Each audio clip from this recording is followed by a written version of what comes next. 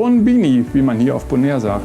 Mein Name ist Roland Konrad und dies ist unsere Reihe zur Unterwasserfotografie.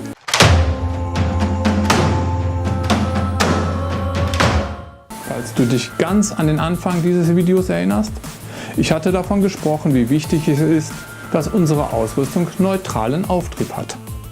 Nur die wenigsten Hersteller bieten von sich aus Gesamtsets an, die diesen Anforderungen entsprechen. Außerdem hast du es ja schon mitgekriegt.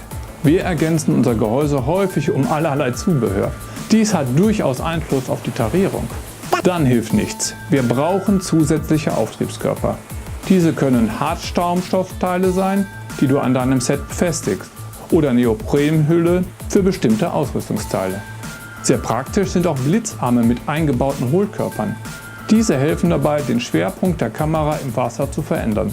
Denn wie gesagt, große, schwere Blitze machen deine Kamera kopflastig.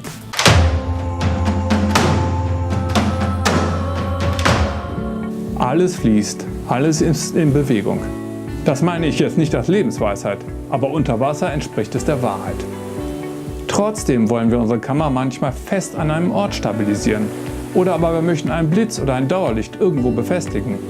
Dann helfen uns Unterwasserstative.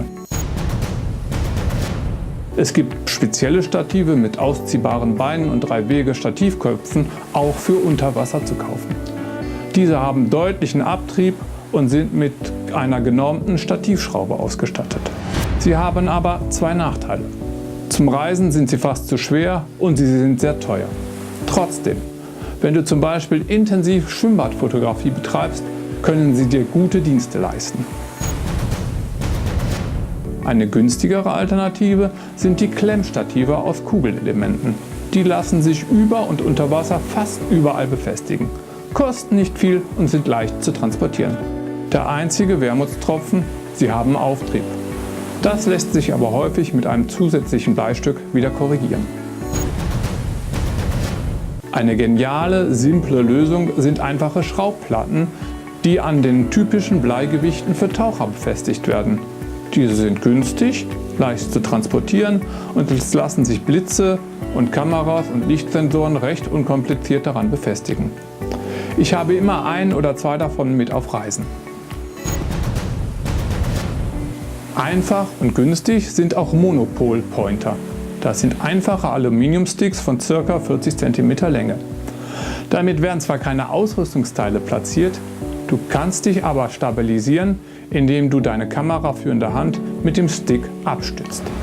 Sowohl mit den Sticks wie mit allen anderen Stativen gilt: setze sie nur so ein, dass du in der Unterwasserwelt keinen Schaden anrichtest und keine Lebewesen störst.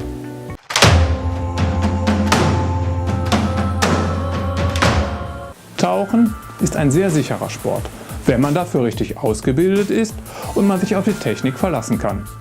Und auch in der Unterwasserfotografie steht Sicherheit an erster Stelle. In Bezug auf Ausrüstung heißt das: ich muss sie jederzeit loslassen können, ohne Angst zu haben, sie zu verlieren. So kann ich mich um meinen Tauchpartner oder mich kümmern, wenn es notwendig ist.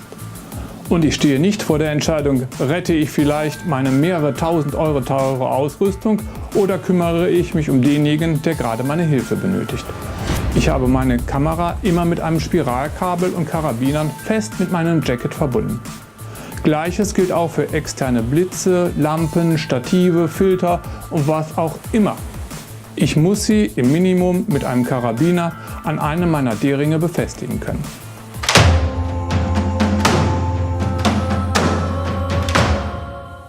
Im Laufe dieses Workshops werden wir nicht nur darüber sprechen, wie wir Fotos unter Wasser gestalten können. Ein großer Raum wird auch die Bildnachbearbeitung einnehmen.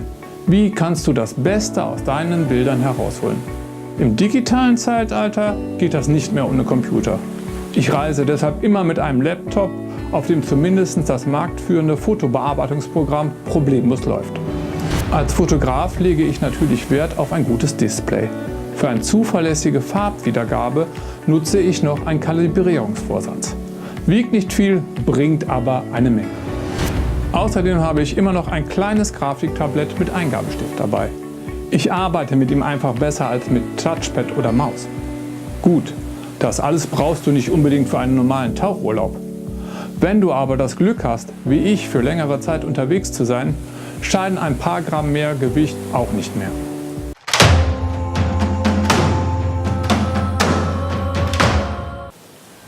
Was du aber auf jeden Fall dabei haben solltest, sind ausreichend Speichermedien. SD- oder CF-Cards sind heute Standard, zuverlässig und vergleichsweise günstig. Kein Vergleich mehr zu vor 10 Jahren. Mittlerweile sind wir technisch aber noch einen Schritt weiter. Das Internet hat es mittlerweile auch in die entlegensten Winkel unseres Planeten geschafft. Deshalb bin ich ein großer Fan davon, meine Fotos möglichst schnell in die Cloud zu speichern. Alles, was einmal in der digitalen Wolke gespeichert ist, kann nicht mehr verloren gehen. Und es ist schon lustig, dass meine Fotos jetzt häufig vor mir wieder zu Hause sind. Wo auch immer das ist.